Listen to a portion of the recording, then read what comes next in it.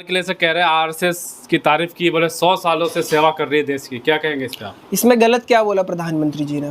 प्रधानमंत्री मोदी जी आपको मालूम है आरएसएस से ही निकले हैं, चाहे वो अमित शाह हो चाहे वो वाजपेयी हो। और सबसे मेन बात ये है, अगर प्रधानमंत्री मोदी जी ने किसी की तारीफ कर दी है तो ये उसके लिए एक लंका का सबक है, उसको खतरे में अपने आप को महसूस करना चाहिए। आरएसएस अब खतरे में है क्योंकि प्रधानमंत्री मोदी जी ने जब जब ये बोला है कि इस चीज को हम करने वाले हैं तो उसका हमेशा उल्टा किया है। और अगर आज प्रधानमंत्री मोदी जी ने उनकी तारीफ कर दी है तो आप समझ जाइए कुछ समय बाद आपको ऐसा भी सुनने को मिलेगा कि आरएसएस के साथ कोई बहुत बड़ा पंगा हो गया है। अब यहाँ पे आपको ये समझना पड़ेगा कि लाल किले से उन्होंने अगर तारीफ करी है तो पीछे कितनी ज्यादा चीजें चल रही हैं उनकी। ऐसा किसका डंडा है कि प्रधानमंत्री को इतने अहम मुद्दे छोड़ करके सेवा देखी होगी ना आरएसएस की, इसलिए बोल तो रहा हूं, अगर पीछे कोई डंडा हो तभी तो सेवा देखी होगी।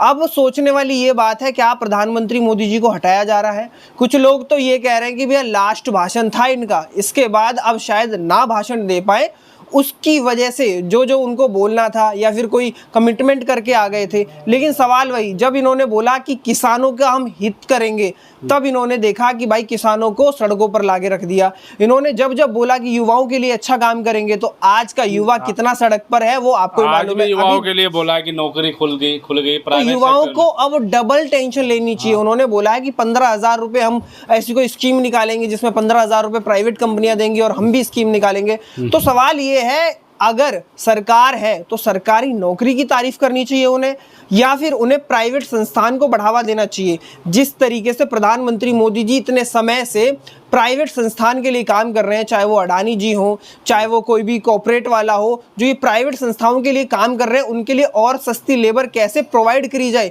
इसलिए आज प्रधानमंत्री ने बोला है कि जाओ प्राइवेट में जाके नौकर बन जाओ, प्राइवेट में जाके अपना शोषण करवाओ, 15,000 10,000 में अपना पूरा का पूरा जीवन व्यतीत कर दो और आप कहीं ना कहीं गुमराह कर रहे हो। तो प्रधानमंत्री की ये स्कीम है। किसानों के लिए भी खड़े हो गए दीवार बन के। किसानों के लिए इनको क्यों खड़ा होने की जरूरत है? किसान क्या खड़े नहीं हो पाते हैं? नहीं, किसानों के सामने दीवार बन खड़े हो गए। हाँ वही तो कह रहे हैं, आपका सवाल बिल्कुल सही है। किसानों के सामने ये दीवार बन के खड़ा हो गए, आपने आपका बिल्कुल सही सवाल किया है। ये किसानों के आगे दीवार बन के खड़े हो गए।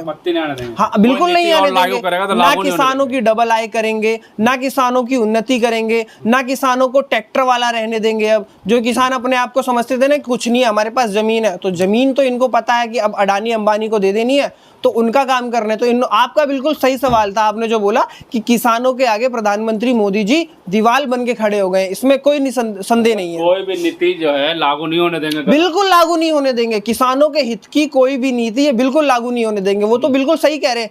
अब समझने वालों को ये समझना है कि जो प्रधानमंत्री बोलते हैं उसका उल्टा करते हैं। अब जो समझदार होगा वो समझ जाएगा, लेकिन प्रधानमंत्री जी ने बिल्कुल सही बोला है। और यहाँ पे आरएसएस को भी डरने की जरूरत है, क्योंकि तारीफ कर दी, अगर प्रधानमंत्री मोदी जी ने तारीफ कर दी है तो बहुत बड़ा सवाल है। आपने अभी सतपाल मलिक की बयानबाजी सुनी होगी, मरता हुआ आदमी कभी झूठ नहीं बोलता। उन्होंने एंड टाइम पे भी यही बोला कि यह बहुत ही ज्यादा अहंकारी व्यक्ति है। ये मरता हुआ जाट अगर बोल के गया है तो इसमें कितनी ज्यादा शक्ति होगी, इस बात को आपको समझने की जरूरत है कि प्रधानमंत्री मोदी जी अपने आगे किसी की नहीं चलने देते हैं।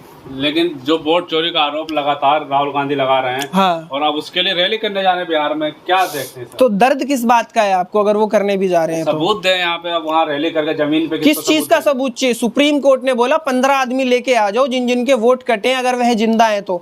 विपक्ष 17 से ज्यादा लोगों को लेके गया, उसके बाद उनके पास एक लंबी चौड़ी लिस्ट थी जो लोग जिंदा है और उनके नाम वोटर लिस्ट से काट दिए गए। इससे ज्यादा सबूत आपको क्या चाहिए? रही बात चुनाव आयोग की, तो मैं अकेला नहीं कह रहा, तमाम लोग हैं वो बोल रहे हैं, वो सबूत दिखा रहे हैं कि चुनाव आयोग ने अभी तक सही से कोई चुनाव नहीं करवा पाया है। और आपने देखा होगा मीरापुर का चुनाव, मेरी बात सुनिए, मीरापुर का चुनाव हो, रामपुर का चुनाव हो, किस तरीके से प्रशासन और चुनाव आयोग ने वहां पर अपनी पावर दिखा करके वो चुनाव को हराने का काम किया है। तो ये सारी चीजें विजुअल है। और अखिलेश यादव खुद कह रहे हैं मैंने 18,000 कर दे चुनाव का, क्यों लड़ रहे हैं चुनाव? राहुल गांधी हो गए तो लड़ना छोड़े ना छोड़ देंगे? आप क्या बात कर रहे हो?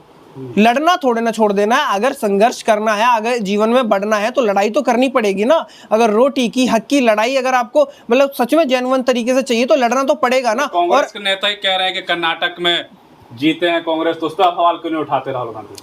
तो अरे नेता उनके खिलाफ बोल मैं तो कह रहा हूँ राहुल गांधी ने कई बार ऐसी बात बोली है जो उन्हें नहीं कहनी चाहिए। उनके हिसाब से वो ऐसी बात होती है कि अपनी पार्टी का ही विरोध कर रहे हैं, लेकिन उन्होंने सच्चाई दिखाई है।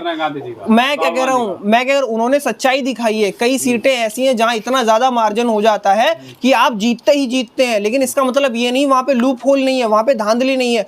तो अगर कांग्रेस के किसी नेता ने वो बात बोल दी है तो इसमें दर्द क्या है? अब अनुराग ठाकुर बोल रहे हैं कि अखिलेश की सीट पे इतने वोट गड़बड़ हैं, राहुल की सीट पे इतने वोट गड़बड़ हैं। इसका मतलब भाजपा मानती है कि धांधली होती है और वो अपने वोट बैंक। तो और राहुल गांधी रोशनी है, दूसरे घर में अंधेरा दिखता है राहुल गांधी को, दुनिया को दिखता है।